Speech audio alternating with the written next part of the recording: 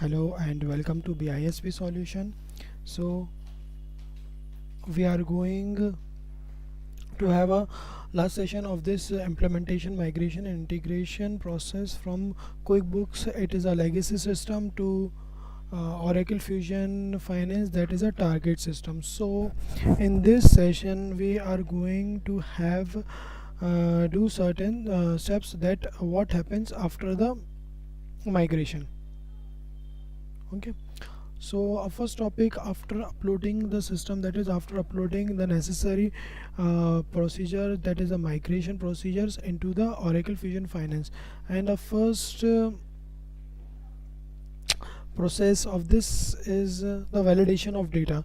So validation of data means validation of data means to ensure that the migrated data is accurate, complete and consistent with the source system. In the context of migration data from QuickBooks to Oracle Fusion, validation is a critical steps to avoid discrepancies and ensure financial integrity. So it has certain components for the validation of data. So it means the first validation, that pre-migration means that the source data should be validated. All suppose we are uploading in the chart of accounts. Okay, so when we are uploading a chart of accounts, every account should be validated correctly by a certain formula used in from the Excel. Then we have to ensure that it is clean and accurate before extraction, and we have to validate that all required fields are exist in QuickBooks. We have to check the duplicate, missing or inconsistent record. We have to verify currency formats, tax codes and account mapping, etc. After that we have to transformation. So we have to ensure that COA, or whether we are uploading the customer, vendors or any other financial dimensions, that are mapped and will be correctly or to Oracle Fusion format. Then we have to validate data formatting structure, bit mapping rules that we have already covered between the quick legacy system and the target system. Then we have to load the validation. So we can see the check for any data truncation, or we have to see the any missing values is there, or any transformation errors, or we have to ensure that data is loaded correctly or not. Then we have to verify it, everything. After that the post migration has been done and the UAT has to be done. Okay, so I am going to show you the validation sheet. Okay, so after so suppose your business user asks to show you the validation sheet. So in the COA and in the case of the items validations, we have chosen the and not the exact match, but to the not the exact match, but we have selected the false value, that it can relate to it or not. Suppose here you can see in the COA validation sheet. If you see the vehicle, suppose if I change the vehicles into the some car, okay, then you can see the uploadation of this will be given to be uploaded. But if we change the formula, suppose if we change the formula to 0, that is the exact match. If we change the formula to the exact match, then we will see that it has to not be uploaded, because the HSBC bank 0693 has to be matched. Suppose if I have do change this to cash savings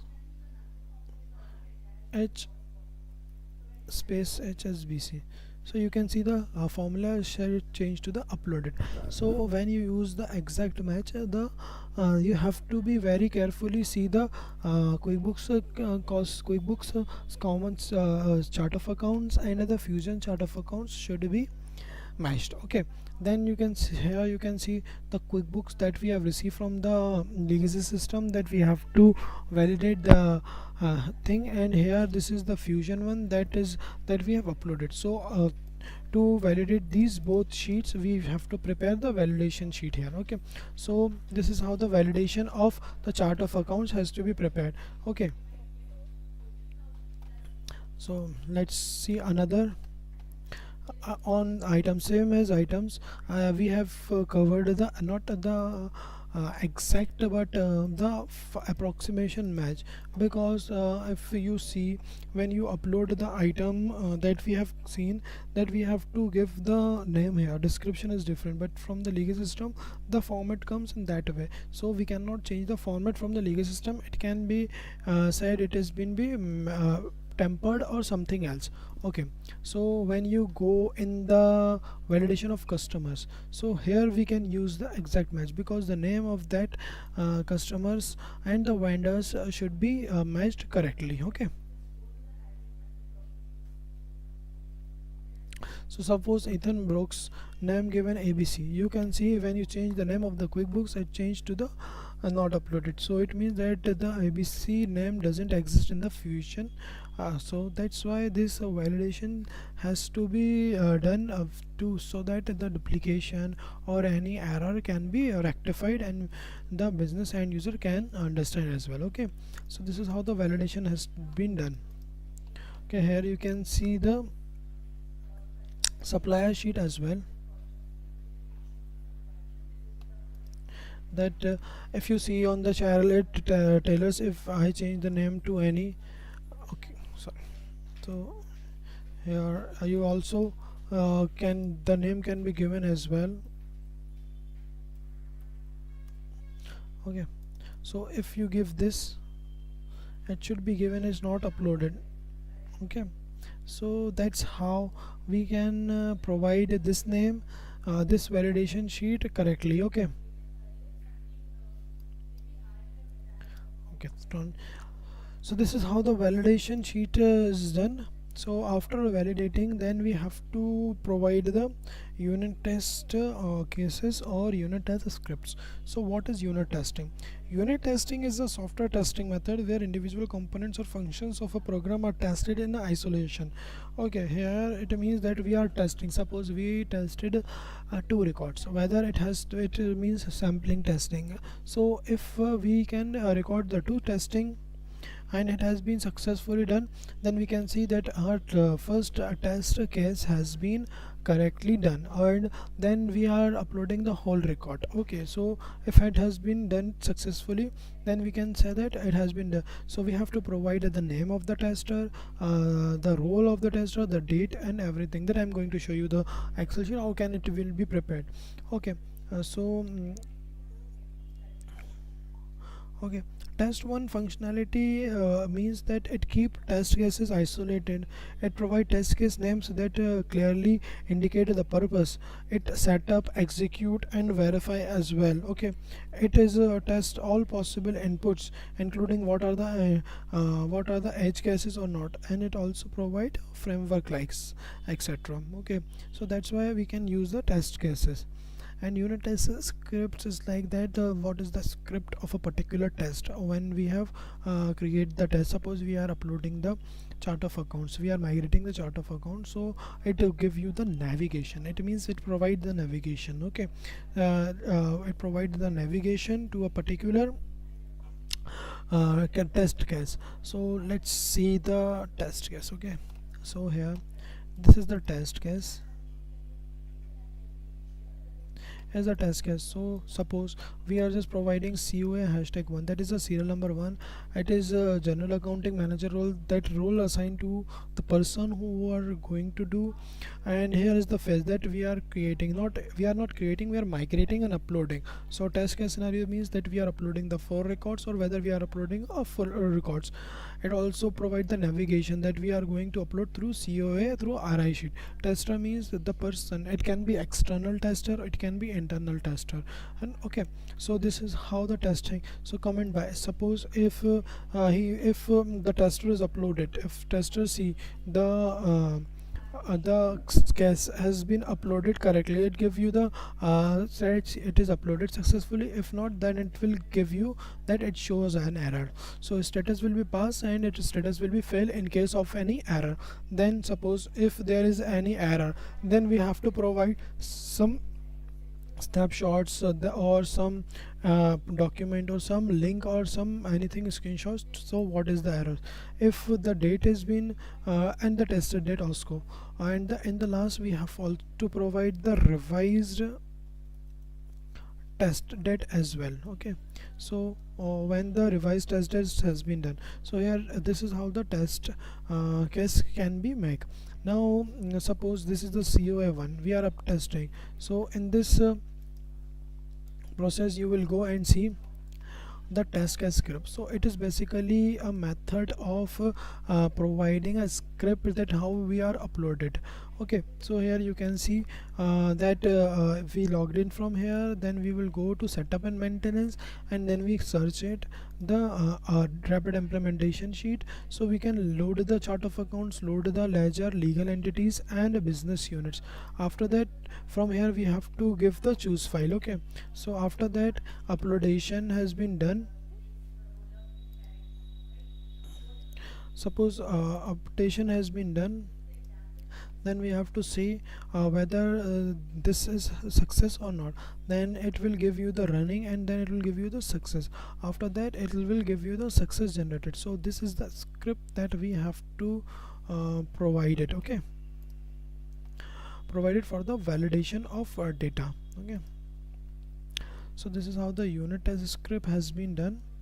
So if you can see that you have to give the serial number of that particular thing, that COA1 has been done this and COA2 or vendor. So suppose here you can see any error, so you have to upload the log files. You have just to provide the link where all the documents is available. Okay, so it can be easily be accessible by the business and a user. So this is how the test script has been done. Okay, so after that we will go to the user acceptance testing. So in the user, this is all the user acceptance testing part, but it is a unit testing part, and that is the validation testing part. Now user acceptance test, it means it is the final phase of software testing where end users validate validate whether the system meets business requirement, is ready for production. It ensures that the software is functional, user friendly and meet all the specified requirements. So here it means that user acceptance, this is all the part of the user acceptance test. After that testing, user will say that the project is go on and it will go to the production test. So all this testing has to be done in the testing has to be done in the test instance, not the production instance. Okay,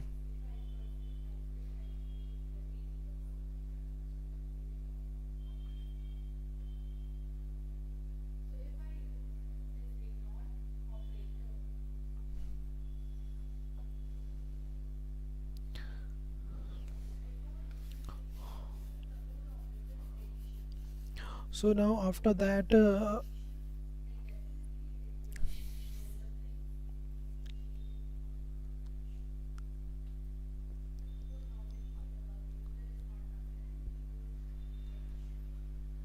so after that then we have to go. So it means that the post migrations will come. So in the post migration, after that we have to see, this is a part of the validation test. In the post migration, then we have to run the system along with the legacy system parallelly, whether the system is integrated correctly according to the business user end. So then the things that suppose if it asks to upload the general, so in the general you can upload it like this. Okay,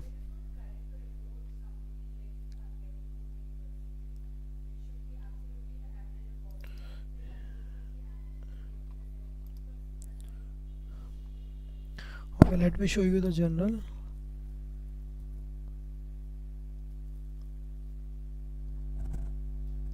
Okay,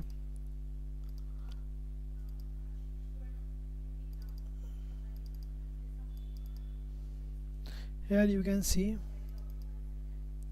the general. So from the source system that we have received this general, suppose if we are taking only the two documents, then we have to make the mapping sheet as we all as we have as we create the mapping sheet of all the things. So after mapping this sheet, then we have to upload the general we have to upload the general to the spreadsheets. Then it will give you the flow of the updation that this general has been done. Okay, so we can go through the log as well, that the general has been done, or we can see the on the application that the general has been uploaded equal to. Then after that we have to see the effect of the trial balance, that the trial balance effect is done or not. And here you can see this balance on the debit side of the trial balance in the legal system has been done, and here you can see the trial balance report.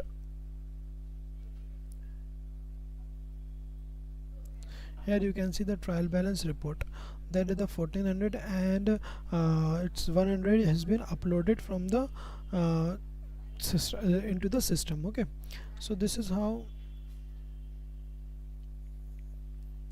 the post migration done has been done. Okay, let's close this.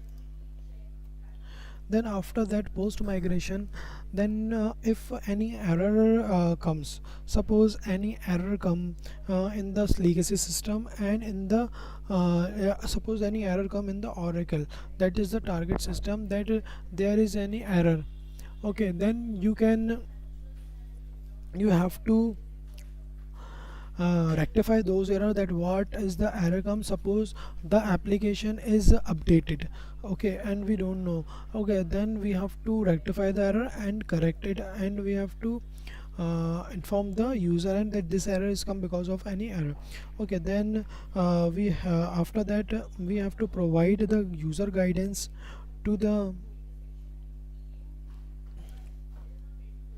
user guidance to the user guidance to the business user, that what are the steps that he has followed. Okay, so user guidance here means